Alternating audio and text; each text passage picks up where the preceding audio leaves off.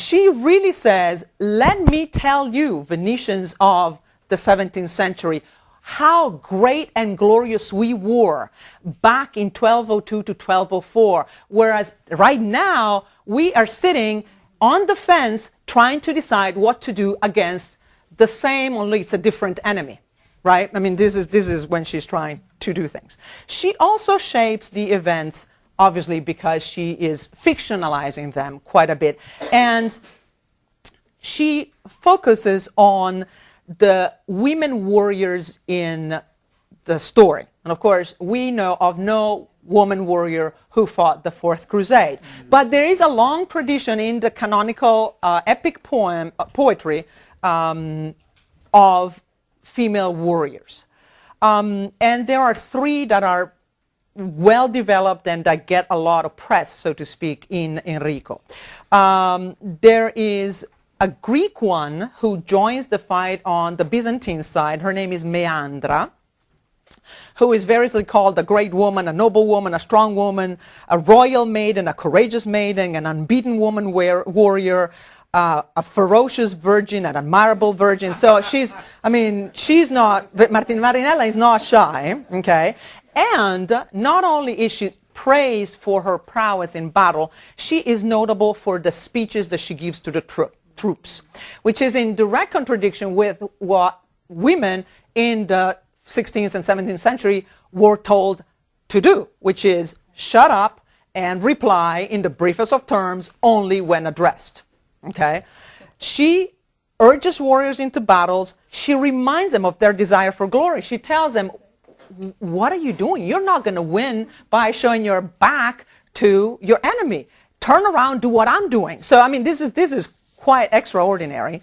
And finally, when they're ready to flee against the enemy, she appeals to their sense of shame. You should do what I'm doing. I'm a woman, I'm doing this. You should be doing this, okay? These speeches are also reported directly. There are quotes in the text. Well, they're not. I added them because in the 17th century printed there are no, but it's clear. And this is, again, all the more noteworthy. In other words, it's not that Marinella is writing, and by the way, she also urged them on. She actually gives them octave after octave of direct speech. To Majandra, there's a crusading counterpart whose name is Claudia. The name is meant to evoke Roman glory, okay? Beautiful maiden, proud woman, great woman warrior, an effective archer, among other things, and also somebody who speaks in battle, or to alert people to the necessity to do their best in battle. But differently from her counterpart, she usually does not speak until a man addresses her. It's sort of the price to pay to have a glorious Venetian. She can speak, but she has to adhere more to the rules required of women. Something that's very important and quite different from the canonical examples that Marinella is working off of is that they die at each other's hand. They have a singular combat, and in other words, they're not vanquished by an enemy man, okay, which is what happens in Torquato Tasso's Jerusalem Delivered. Nor, because they die at the same time, nor do they convert to the other person's faith, which also allows Marinella to avoid the fact that they're both Christian, conveniently, okay? Now, I mean, you know, listen, she's doing some really interesting things. And so I'm going to read you, and you forgive me, the translation, you know, as I was talking to a colleague of mine today who reminded me of an Italian saying that I had conveniently shunted aside for many, many years as I was working on that. And the saying is, traduttore, traditore. So I will be betraying the Italian by translating into my second language, but bear with me. So, the tenacious Greek woman had not forgotten the riskiest place. She put her sword where white ivory opened up a path to cold death, and the hit took off her helmet, the opponent's helmet. The wound was such that the sword came out of her blonde neck, simultaneously cutting off her beautiful hair. The Italian damsel then moved again and inflicted a new wound on Majandra. She took a rich garment and mesh mail, sinking her faithful sword deep into her soft side. The anguished Thracian woman thus discovered a harsh ending to their battle, and the stunned world saw and knew their worth in battle. Both fell, and both enjoyed the honors of victory and praise. So they both die, but they both die gloriously in battle, and they never really bow to a man. And both of them, interestingly, die virgins. There's no love story associated with any of these fighters. Okay. The third female character that is quite prominent in the text is Amelia, and that's an interesting name because she is an enemy archer, but Amelia, of course, is an Italian region, so I'm not sure exactly what Marinella was trying to do with this name, who's described this way: a pretty and lovely maiden endowed with rare beauty. She was a daughter of the woods and had no peer with bow and arrows. When she ran, she was faster than air, her light and slim feet covered with buskins. She wore white clothes, and her unkempt hair was tied with a short golden ribbon. As an archer, she has the advantage to engage the enemy from a distance. So for a good long while in the poem, she is the nemesis of a lot of these powerful fighters on the Christian side. Well, on the crusading side. They're all Christians. See, she got me too. She got me. In fact, in the last canto, in the 27th canto, she tries to kill Enrico, the leader, in the last battle, because all is lost, and it's clear that he is the force behind the stamina and the courage of the Crusaders. So a man goes to her and says, "You're our last hope. If with your archery prowess you're able to kill him, then we'll be able to turn the tide." And so she actually tries to kill him, provoking the only direct intervention by God in the poem, because God summons an angel. The angel comes, and he actually turns the arrow around. But interestingly, the arrow does not wound Amelia. Okay, so that she doesn't have to pay a price for this major transgression. And also interestingly, Amelia is the only one of the women characters, the women warriors, who does not die. She goes back to the woods where she had spent her youth, and though Marinella calls her vanquished as a warrior, she calls her vinta guerriera, she's the only one who survives, in fact, of all the Byzantines, men or women fighting. She's the one who survives without the shame of escaping from her enemy, because the men are variously pilloried for abandoning the troops, the leaders, for abandoning their troops, but Amelia is spared that shame. And she is depicted at the very end of the poem in the following manner.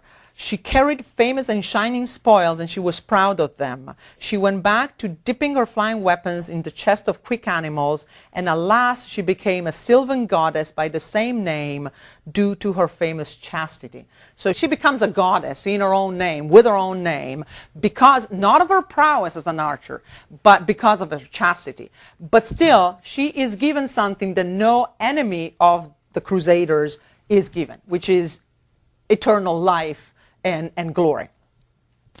So I hope it's clear that Marinella is playing very, very fast and very loose with the historical moments of the Fourth Crusade. But really, she's trying to make a point about the politics of the time, about what Venice is supposed to stand for, and it is actually soon after the poem came out that Venice lost some of the most important outposts in the Mediterranean that Venice, had gained as a direct consequence of the Fourth Crusade. So it's almost the last hurrah. And she is trying her best, but clearly you can't not change the tide of history. I mean, this is a time when Vienna is routinely laid siege to by the Ottoman Empire. It is a massive, massive, massive text. It's 27 cantos and 2,400 octaves. So you multiply that, you have the number of lines, by 2,400 by 8. And I don't think that anybody in the 21st century would actually sit down and read that cover to cover, certainly not in English with my translation. So what I did in there... what I did in there, I did a selection following essentially my guiding principle was to give a sense of the development of the plot and highlight what's really different in Marinella's treatment of this topic.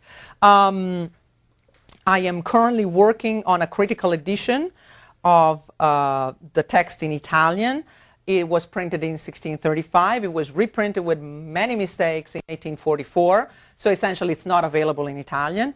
And when I was approached to do the translation, I actually tried to convince the series editor to do a facing page translation so that the Italian would be on one side, the English on the other, because I find it frankly absurd that we can teach this text in English but not in Italian because they're not available.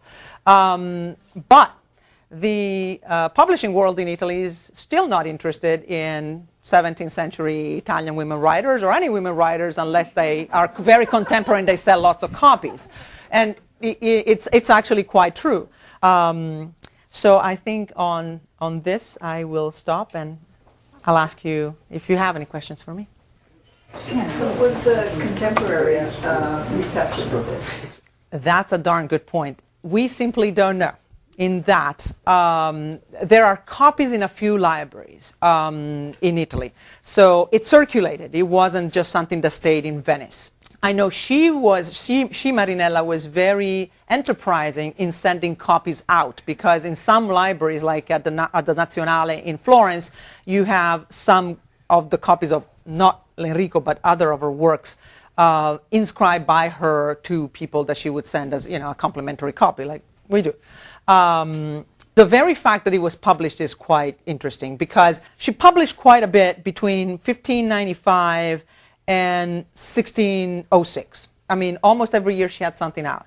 Then she has something out in 1518, something in 24, and then nothing for 10 years. And 3 things, including Enrico, towards the end of her life.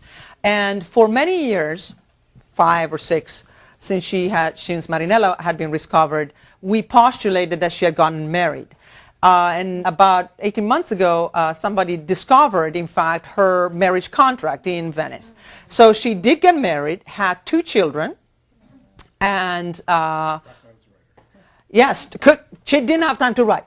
I know some of you are familiar with that syndrome.